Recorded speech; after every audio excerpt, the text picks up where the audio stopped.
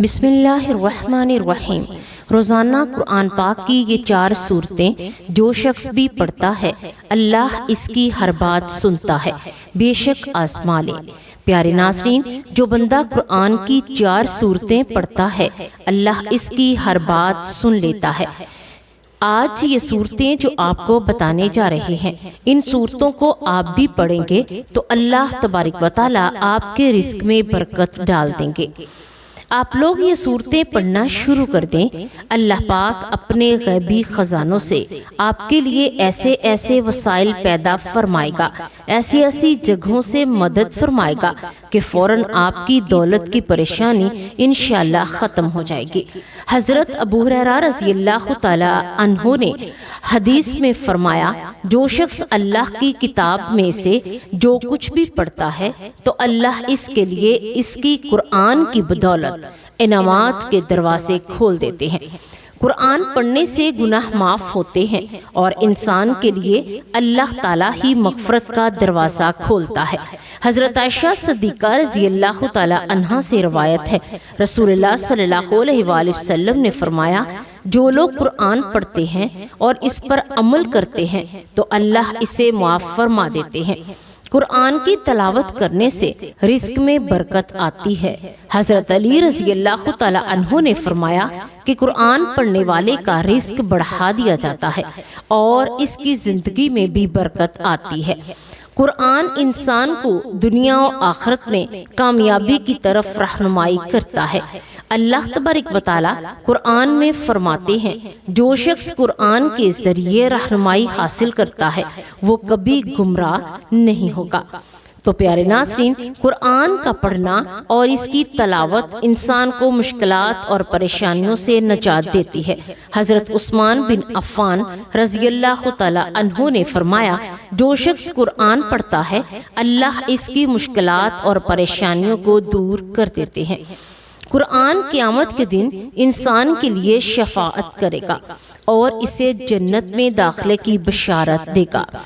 حضرت ابو ہریرہ رضی اللہ تعالی عنہ نے فرمایا کہ رسول اللہ صلی اللہ علیہ وآلہ وسلم نے فرمایا کہ قرآن قیامت کے دن اپنے پڑھنے والے کے لیے شفاعت کرے گا اور وہ جنت میں جائے گا۔ قرآن پڑھنے سے انسان جنت کا اہل بنتا ہے اور جہنم سے نجات پاتا ہے۔ اللہ تعالیٰ نے قرآن میں فرمایا، قرآن لوگوں کے لیے ہدایت ہے، جو اس کی ہدایت کو اپناتے ہیں انہیں اللہ جنت میں داخل کرے گا۔ اسی طرح حضرت ابو ابن عباس رضی اللہ تعالی عنہ نے فرمایا، جو شخص قرآن پڑھتا ہے اس کی دعائیں اللہ قبول فرماتے ہیں۔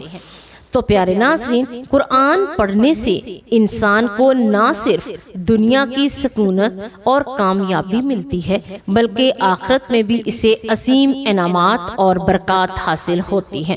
قرآن زندگی کے تمام شعبے میں ہدایت دیتا ہے اور انسان کی روحانیت کو بلند کرتا ہے۔ اللہ تبارک و تعالی ہی رزق دینے والا ہے۔ وَكَأَيِّنَ مِن دَابَّةٍ لَا تَحْمِلُ رِزْقَهَا فَتَحَ اللَّهُ يَرْزُقُهَا وَإِيَّاكُمْ وَهُوَ السَّمِيعُ الْعَلِيمُ۔ کتنے ہی جانور ہیں جو اپنا رزق نہیں اٹھائے پھرتے، اللہ ہی انہیں اور تمہیں رزق دیتا ہے اور وہ سب کچھ سنتا اور سب کچھ جانتا ہے۔ روزی کے بارے میں تسلی دی جا رہی ہے کہ ہر انسان غور کرے کہ کتنے جانور ہیں جو اپنا رزق جمع نہیں کرتے مگر انہیں بھی اللہ تبارک و تعالی ہی رزق عطا فرماتا ہے اور تمہیں بھی عطا کرتا ہے اور سب کچھ سننے والا اور جاننے والا ہے۔ یعنی وہ تمہارے وطن میں ہی نہیں ہو بلکہ تم جہاں بھی ہو وہ تمہارا ہر حال جانتا ہے اور تمہاری دعاؤں کو سنتا ہے۔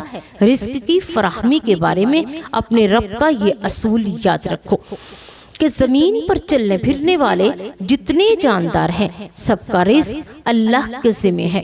وہ سب کے رہنے سہنے کی جگہ اور اس کے مرنے کا مقام بھی اس کے علم میں ہے۔ اس نے سب کچھ کھلی کتاب میں یعنی لوح محفوظ میں درج کر رکھا ہے۔ اللہ تبارک و تعالیٰ ہی لوگوں کو اپنی رحمت اور نعمتوں سے نوازنے والا ہے، اور اس کے سوا کوئی کسی کو ادنا سے ادنا چیز بھی عطا نہیں کر سکتا۔ وہ حقیقی اور خالق کل ہے۔ اس کا ارشاد ہے کہ لوگوں میری نعمتوں کو یاد رکھا کرو۔ جس انسان کا یہ عقیدہ پختہ ہو جائے کہ مجھے صرف اللہ ہی نوازنے والا ہے، وہی میرا رازق ہے، وہی خالق ہے، تو پھر اس کے خوشۂ خیال سے یہ بات نکل جاتی ہے کہ مجھے کوئی اور بھی رزق دے سکتا ہے۔ اس لیے اللہ تعالیٰ لوگوں سے استفسار فرماتا ہے کہ بتاؤ اللہ کے سوا تمہارا کوئی اور بھی خالق ہے جو تمہیں زمین و آسمان سے رزق فراہم کرتا ہے؟ حقیقت یہ ہے کہ اس کے سوا کوئی خالق اور رازق نہیں۔ جب اس کے سوا کوئی خالق رازق نہیں تو پھر کس بنیاد پر تم دوسروں کو داتا و دستگیر، حاجت روا، مشکل کشا کہتے ہو اور سمجھتے ہو؟ یاد رہے کہ یہاں اللہ کا لفظ خالق اور رازق کے معنی میں استعمال کیا گیا ہے۔ جب اللہ تعالیٰ کے سوا کوئی خالق اور رازق نہیں تو پھر اس کو چھوڑ کر اس کے ساتھ دوسروں کو شامل کرنا شرک ہے، جس کے بارے میں ارشاد فرمایا ام عندہم خزائن ربک ام ہم المسیطرون، یعنی کیا تیرے رب کے خزانے اس کے پاس ہیں یا ان پر ان کا کنٹرول ہے؟ اللہ تعالیٰ کا فرمان ہے میں لوگوں سے رزق نہیں مانگتا اور نہ ہی اس بات کا مطالبہ کرتا ہوں کہ وہ مجھے کھلائیں۔ رزق تو سب کو اللہ ہی دینے والا ہے، وہ بڑا طاقتور اور مضبوط ہے۔ میں ان سے رزق نہیں چاہتا اور نہ یہ چاہتا ہوں کہ وہ مجھے کھلائیں۔ یقیناً اللہ رزق دینے والا ہے، وہ بڑی قوت والا ہے اور زبردست ہے۔ اللہ تبارک و تعالیٰ فرماتا ہے وَلَقَدْ مَكَّنَّاكُمْ فِي الْأَرْضِ وَجَعَلْنَا لَكُمْ فِيهَا مَعَائِشَ قَلِيلًا مَا تَشْكُرُونَ، بلا شبہ ہم نے تمہیں زمین میں ٹھہرایا اور تمہارے لیے اس میں زندگی کے اسباب بنائے، تم بہت ہی کم شکر ادا کرتے ہو۔ اللہ تعالیٰ نے انسان کو زمین پر بھیجتے وقت یہ ہدایت دی تھی کہ اب تیرا جینا، مرنا اور محشر کے دن اٹھنا اسی زمین سے ہوگا، لہٰذا زمین ہی تیرا ٹھکانہ ہے اور اس میں تیرے رہنے سہنے کا سامان ہے۔ ہاں یاد رکھنا میری طرف سے تمہاری رہنمائی کے لیے احکام نازل ہوتے رہیں گے۔ جس نے ان کے مطابق زندگی بسر کی اسے کوئی خوف نہیں ہوگا۔ ارشاد باری تعالیٰ ہے ہم نے تمہارے لیے زمین میں کئی قسم کے اسباب پیدا کیے اور ان کے لیے بھی جنہیں تم روزی دینے والے نہیں ہو۔ کوئی ایسی چیز نہیں مگر ہمارے پاس اس کے لیے خزانے ہیں اور ہم اسے ایک معلوم اندازے کے مطابق اتارتے ہیں۔ اللہ تعالیٰ کی تخلیق کا کرشمہ اور اس کا ناقابل فراموش احسان ہے کہ اس نے ہر چیز کو ایک متعین شکل و صورت اور مقدار میں پیدا کیا ہے۔ جنس انسانی کے حوالے سے اگر دنیا میں ہمیشہ مرد ہو یا عورتوں کی بغاوت رہتی ہو تو سلسلہ تخلیق کس طرح متناسب رہ سکتا تھا؟ یہی صورتحال ہے نباتات کی۔ ایک علاقے میں ایک جنس کی پیداوار زیادہ ہے اور دوسرے علاقے میں کسی دوسری چیز کی پیداوار زیادہ ہوگی۔ اس کے ساتھ یہ بات بتلائی گئی کہ زمین کو صرف فرش کے طور پر ہی نہیں بنایا گیا بلکہ اس میں تمام جاندار چیزوں کی معاشیت اور رزق کا نہایت مناسب نظام قائم کر دیا گیا۔ انسان تو اپنی روزی خود کمانے کی صلاحیت رکھتا ہے لیکن زمین اس کے اندر یہاں تک کہ فضا میں بسنے والے مخلوق کو صرف اللہ تعالیٰ رزق عطا فرماتا ہے اور ہر کسی کو اسی کی روزی اسی کی ضرورت کے مطابق پہنچائی جاتی ہے اور اللہ تعالیٰ کے پاس ہر چیز کے لیے لامحدود خزانے ہیں جسے وہ ہر دور میں مناسب اور اپنے ہاں متعین کردہ مقدار کے مطابق نازل کرتا ہے۔ ارشاد باری تعالیٰ ہے اے نبی ان سے کہو کیا تم اس اللہ کا انکار کرتے ہو اور دوسروں کو اس کا ہمسر ٹھہراتے ہو جس نے زمین کو 2 دنوں میں بنایا وہی پوری کائنات کا رب ہے جس نے زمین بنانے کے بعد اس پر پہاڑ جما دیے اور ان پر برکتیں رکھ دیں اور زمین میں سب طلبگاروں کے لیے ان کی دولت کے مطابق ٹھیک اندازے کے مطابق خوراک کا انتظام فرما دیا۔ یہ سب کام 4 دن میں ہو گئے۔ اللہ تعالیٰ نے زمین میں ہر چیز کا ذخیرہ فرما دیا تاکہ زمین میں رہنے والے مخلوقات قیامت تک اپنی ضروریات پوری کرتی رہیں۔ اس میں پہاڑ، سمندر، صحرا اور ہر چیز شامل ہے، جس میں اس بات کا بھی خیال رکھا گیا کہ کسی ایک علاقے کی بجائے مختلف چیزوں کو زمین کے مختلف طبقات میں رکھا جائے تاکہ تمام لوگ ایک دوسرے کی ضرورت مند ہوں اور آپس میں رابطہ رکھنے کی ضرورت محسوس کرتے ہوں۔ اس لیے سائلین کا معنی حاجت مند بھی کہا گیا ہے۔ اللہ تعالیٰ نے زمین، سمندر اور پہاڑ میں اس طرح کے خزانے چھپا دیے کہ ہر دور کے انسان اپنی کوشش اور صلاحیت کے مطابق نکالتے رہیں گے اور ان سے فائدے اٹھاتے رہیں گے، لیکن پھر بھی لوگ اللہ تعالیٰ کے ساتھ شریک بنا لیتے ہیں، جو سب سے بڑا گناہ اور جرم ہے۔ اللہ تعالیٰ جس طرح انسانوں کی زندگی کے مختلف مراحل مقرر کیے، اسی طرح اس نے لوگوں کے درمیان جسمانی، روحانی اور معاشرتی اعتبار سے امتیازات قائم فرمائی ہیں۔ ایسے میں ہی اس نے معاشی حوالے سے لوگوں کے درمیان فرق قائم کیا تاکہ لوگ ایک دوسرے کی ضرورت بن کر زندگی بسر کریں۔ ایک شخص ذمہ دار ہے تو دوسرا اس کا مسارہ، ایک کارخانہ دار ہے تو دوسرا اس کا ورکر، ایک مالدار ہے تو دوسرا اس کا ملازم۔ گویا معاشی اعتبار سے بھی اللہ تعالیٰ نے لوگوں کو ایک دوسرے پر برتری عنایت فرمائی ہے۔ ملازم کے بغیر مالدار کا کاروبار آگے نہیں بڑھ سکتا۔ کاریگر اور ورکر کے بغیر فیکٹری کا پہیہ جام ہو جاتا ہے۔ مزارع کے بغیر زمین میں زراعت نہیں ہو سکتی۔ یہی اسباب رزق کی کمی بیشی کا سبب ثابت ہوتے ہیں۔ قرآن مجید لوگوں کو صرف دلائل کی بنیاد پر عقیدت، توحید اور حقائق تسلیم کرنے پر زور نہیں دیتا، بلکہ وہ لوگوں کا ضمیر بیدار کرنے کے لیے ان سے استفسار کرتا ہے کہ زمین آسمانوں کو کس نے پیدا کیا اور چاند اور سورج کو کس نے تمہاری خدمت میں لگا رکھا ہے۔ قرآن مجید مکہ میں نازل ہوا تھا، اس لیے سب سے پہلے انہی سے سوال کیا گیا کہ اللہ کی ذات اور اس کی صفات میں دوسروں کو شریک بنانے والوں، بتاؤ کہ زمین اور آسمان کو کس نے پیدا کیا اور تمہارے لیے شمس و قمر کو کس نے مسخر کیا؟ اور توحید انسان کی فطرت کی آواز ہے اور یہ ٹھوس حقائق پر مبنی ہے۔ اس لیے مشرکین مکہ بے ساختہ جواب دیتے کہ انہیں صرف ایک اللہ ہی نے پیدا کیا۔ اس اقرار پر انہیں جھنجھوڑا گیا۔ پھر اللہ تعالیٰ کو چھوڑ کر در در کی ٹھوکریں کیوں کھاتے پھرتے ہو؟ اللہ تعالیٰ نے صرف زمین، آسمان اور شمس و قمر کو پیدا ہی نہیں کیا، بلکہ وہ تمہیں کھلاتا پلاتا بھی ہے۔ جس طرح زمین، آسمان، شمس و قمر کو کسی اور نے پیدا کیا، اسی طرح اللہ کے سوا تمہیں کوئی رزق دینے والا نہیں ہے۔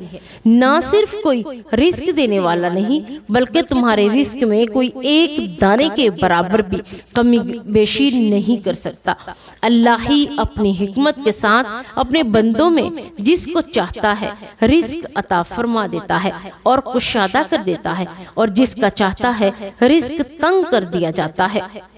یقیناً اللہ تعالیٰ ہر چیز سے باخبر ہے، لیکن سب کچھ جاننے کے باوجود مشرک اپنے رب کو چھوڑ کر دربدر کی ٹھوکریں کھاتے پھرتے ہیں۔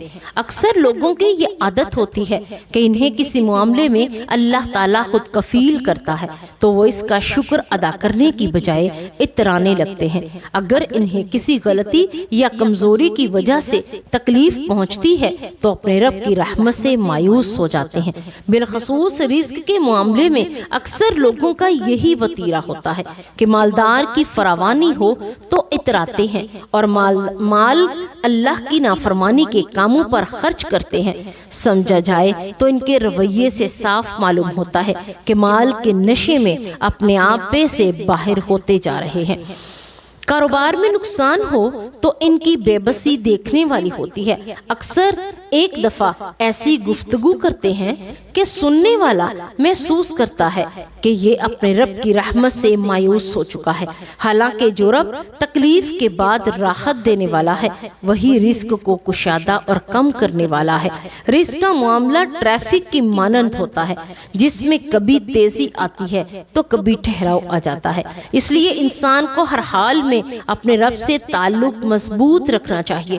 یہی مسلمان کی شان ہے، کیونکہ تکلیف کے بعد سہولت اور سہولت کے بعد تکلیف کو، کشادگی کے بعد تنگی اور تنگی کے بعد کشادگی اللہ تعالیٰ کی حکمت کے تحت عمل ہوتے ہیں۔ ایماندار لوگ اس حکمت سے نصیحت حاصل کرتے ہیں اور اپنے رب کے قریب اور قریب ہو جاتے ہیں، یہاں تک کہ رزق کے بڑھنے اور کم ہونے کا معاملہ بھی اللہ کے سپرد کیا جاتا ہے۔ دنیا میں کوئی ایسا انسان نہ ہوگا جسے ایک مقدار اور ایک ہی رفتار کے ساتھ رزق مل رہا ہو۔ اگر کوئی ذمہ دار ہے تو بے شک وہ کتنی ہی محنت اور فصل کی نگرانی کر لے، ہر سال اس کی فصل ایک جیسی نہیں ہوتی۔ جو کاروباری آدمی ہے اور بے شک وہ ارب پتی ہے کیوں نہ ہو، اس کی کاروبار میں بھی اتار چڑھاؤ آتا رہتا ہے۔ حالانکہ کاروباری آدمی کی ہر وقت سوچ پر کوشش ہوتی ہے کہ کاروبار میں نقصان کی بجائے منافع ہی ہوتا رہے۔ اسی طرح ایک مزدور اور غریب آدمی کے ساتھ بھی ایک ایسا ہی معاملہ رہتا ہے۔ کبھی وہ اس قدر تنگ ہو جاتا ہے کہ پیٹ پالنے کے لیے مزدوری بھی نہیں ملتی، اور کبھی مسلسل مزدوری ملنے کی وجہ سے وہ اپنے آپ کو ایک حد تک اسودہ دیکھتا ہے۔ رزق میں کمی بیشی ہوتی رہتی ہے اور بعض دفعہ انسان کو معلوم نہیں ہوتا کہ میرے رزق میں کمی بیشی کا سبب کیا ہے، امیر ہو یا غریب۔ اسے ہر حال میں یہ سوچنا اور اپنا عقیدہ اپنانا چاہیے کہ رزق کی کمی بیشی تو اللہ تبارک و تعالیٰ کے سوا کسی کے اختیار میں نہیں۔ ذات ہے وہ ہر چیز کی کہ ہر کسی کو رزق اور کمی بیشی کرنے والی اللہ کی ذات ہے۔ پیارے ناظرین، اس عمل کے بارے میں آپ کو بتاتے ہیں، بڑے غور سے اور بڑی توجہ کے ساتھ سن لیں۔ یہ صورتیں جو 4 صورتیں ہیں جو آپ نے پڑھنی ہیں وہ سورۃ الفاتحہ، سورۃ الواقعہ، سورۃ الاخلاص اور سورۃ الکوثر ہے۔ جو بھی شخص یہ صورتیں پڑھتا ہے اللہ اس بندے کو محتاجی سے بچا لیتا ہے، اللہ اسے اتنی عزت عطا فرما دیتا ہے، اتنی دولت دیتا ہے کہ دنیا کی محتاجی، دنیا کی پریشانیوں سے وہ بے نیاز ہو جاتا ہے، بلکہ دنیا کی ہر چیز اس کے قدموں میں ڈھیر ہو جاتی ہے۔ تو اگر آپ بھی چاہتے ہیں کہ یہ دنیا کی ہر چیز آپ کے قدموں میں ہو اور بن مانگے ہی آپ کی ہر ضرورت پوری ہو جائے، آپ کو عزت، دولت، شہرت اور دنیا کی ہر نعمت ملے، مالا مال ہو جائیں، تو آپ یہ 4 صورتیں لازمی پڑھیں۔ چاروں صورتیں پڑھنے والے کو مالدار یہ کر دیتی ہے۔ حضرت عبداللہ بن عباس رضی اللہ تعالیٰ عنہ سے ایک حدیث مروی ہے، جو شخص سورہ واقعہ پڑھتے ہیں اللہ تعالیٰ اس کے رزق میں وسعت دیتے ہیں اور ان کو دنیا و آخرت میں کامیابی ملتی ہے۔ اسی طرح سورۃ اخلاص کے بارے میں آیا، جو شخص سورۃ اخلاص کو پڑھتا ہے صرف 10 مرتبہ تو اللہ اس پر محتاجی کا دروازہ بند کر دیتا ہے، اللہ اسے غیب سے کھلاتے ہیں، غیب سے پلاتے ہیں۔ آپ اس عمل کو، ان صورتوں کو لازمی پڑھیں۔ سورۃ الاخلاص، سورۃ الکوثر، سورۃ الفاتحہ نماز کے بعد 3 بار پڑھنی ہے اور شام کے وقت سورۃ الواقعہ روزانہ 1 بار پڑھنی ہے۔ سورۃ اخلاص جتنا ہو سکے اتنا پڑھ لیں، سچے دل سے پورے یقین کے ساتھ پڑھیں۔ سورۃ فاتحہ رزق میں برکت کے لیے بہت ہی مجرب ہے۔ سورۃ کوثر رزق میں کشادگی کے لیے بہت مجرب ہے۔ تو ایسے لوگ جو دنیا کی پریشانیوں سے اکتا چکے ہیں، مایوس ہو چکے ہیں، اب آپ سمجھ لیں، اور اب سمجھ نہیں آ رہی کہ میں کیا کروں کیا نہ کروں، تو ایسے وقت میں اپنے اللہ سے بالکل مایوس نہ ہو، کیونکہ ہمارے رب نے سب کا بہترین رزق مقرر کر رکھا ہے، اور اس تسبیح کی برکت سے آپ کو انشاءاللہ رزق عطا فرما دیا جائے گا۔ آپ کے رزق کی تنگی دور ہو جائے گی۔ رزق کے لیے پریشان ہونا صرف آپ کے ساتھ نہیں بلکہ ہمارے معاشرے میں ایک عام سی بات بن چکی ہے۔ ہر دوسرے بندے کے ساتھ یہ پریشانی، ہر بندہ اس سوچ کا شکار ہے، ذہنی تناؤ کا شکار ہے، دن کیسے گزرے، مہینہ کیسے گزرے، گھر والوں کے اخراجات کیسے پورے ہوں گے۔ خاص طور پر ایسے لوگ جن کے گھروں میں 8-10 افراد ہیں اور گھر میں ایک ہی کمانے والا ہے، یعنی ایک ہی بندہ کام کرتا ہے اور پوری فیملی کو پالتا ہے، تو اس کے لیے فیملی کو کما کر دینا، اس کی ضروریات کو پورا کرنا بہت مشکل ہو گیا ہے۔ اللہ والو، بہت سے ایسے لوگ بھی ہیں جو جاب کے لیے پریشان ہیں، بیوی بچوں کے لیے پریشان ہیں، اپنے مستقبل کے لیے پریشان ہیں۔ اللہ رب العزت نے قرآن پاک کی سورۃ طلاق کی آیت نمبر 2 اور 3 میں انسانوں سے مخاطب ہو کر فرمایا، جو اللہ سے ڈرتے ہیں اور ایسے راستے سے رزق ادا کرے گا، ان کو عطا کرے گا کہ وہ پروردگار یہ راستہ جو انسانوں کو وہاں سے رزق دے سکتا ہے جہاں سے اس کا گمان بھی نہیں ہوتا۔ اگر آج ہی سے ہم اپنے اللہ پر یقین کر لیں، توکل کر لیں، تو پورا بھروسہ کر لیں اور وہی ہمیں رزق دے گا، ہماری ضروریات کو پورا کرے گا، تو وہ دن دور نہیں کہ جب آپ رزق سے مالا مال ہوں گے اور لاکھوں کروڑوں کے مالک ہو جائیں گے۔ آپ کے پاس دولت کی کبھی بھی کمی نہیں آئے گی۔ تو میری آپ تمام بہنوں سے، بھائیوں سے گزارش ہے کہ جتنے بھی لوگ آج رزق کی وجہ سے پریشان ہیں، یہ صورتیں ضرور پڑھیں۔ اللہ پاک ان سب کی پریشانی اور مشکلات کو دور فرمائیں گے۔ آمین ثم آمین۔ اللہ تبارک و تعالیٰ سے دعا ہے کہ اللہ تبارک و تعالیٰ ہمیں دین کی بات سننے، سمجھنے اور اس پر عمل کرنے کی توفیق عطا فرمائے۔ اللہ تبارک و تعالیٰ ہمیں اپنی زندگیوں کو قرآن پاک کے مطابق بسر کرنے کی توفیق عطا فرمائے۔ اللہ تبارک و تعالیٰ ہم تمام کا حامی و ناصر ہو۔ آمین یا رب العالمین۔